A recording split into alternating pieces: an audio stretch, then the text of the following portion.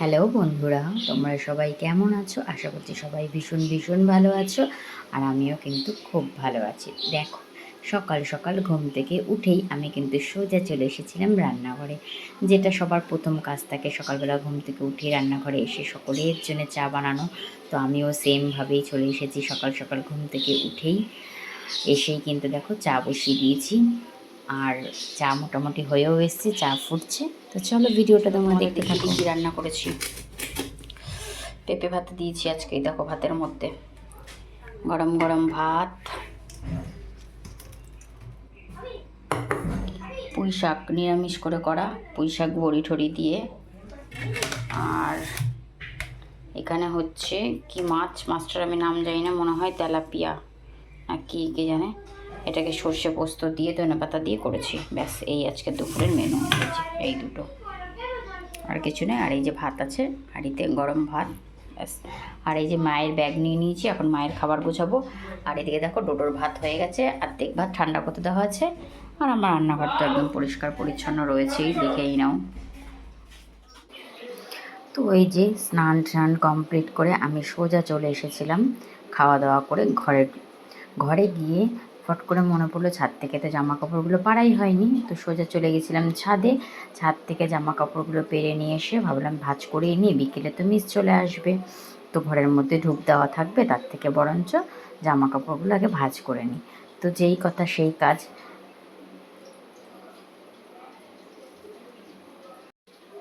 তারপরে দেখো এক এক করে সব জামা কাপড়গুলোকে ভাঁজ করে নিয়েছিলাম।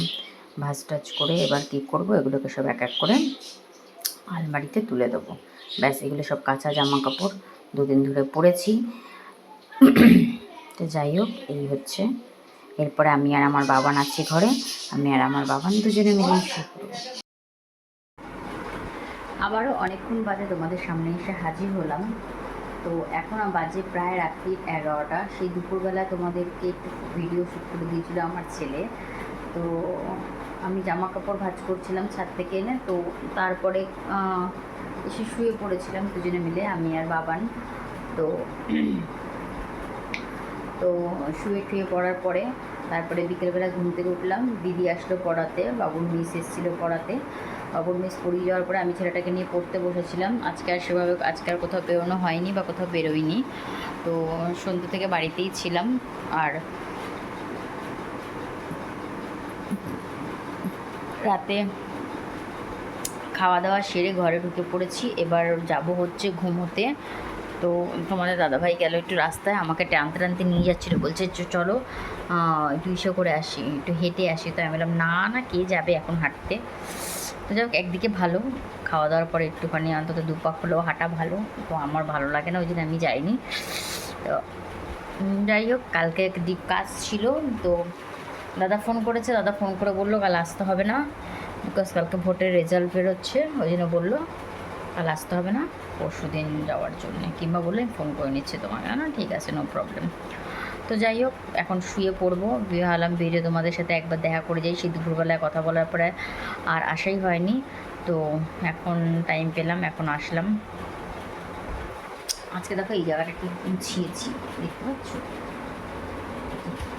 শোকেসের এইটা আজকে অনেকটা গুছিয়েছি। অনেক জিনিস মানে আবর্জনা অনেক হয়েছিল, সেগুলোকে সব ফেলে ঠেলে দিয়ে জায়গাটা একটু ক্লিন করেছি। তো ছেলে একদিকে পড়ছিল আর আমি ঘরে বসে বসে এগুলো করছিলাম, কারণ আমার সেভাবে কোনো কাজ ছিল না, যে কারণে।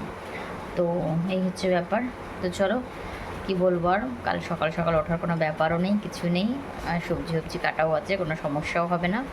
তো যাই হোক, আমার ভিডিওটা তোমাদের কেমন লাগলো অবশ্যই সেটা আমাকে কমেন্ট করে জানাবে। আর ভিডিও যদি ভালো লেগে থাকে তাহলে অবশ্যই লাইক, কমেন্ট অ্যান্ড শেয়ার করবে। আর হ্যাঁ, সাবস্ক্রাইব করতে ভুলবে না কিন্তু। আর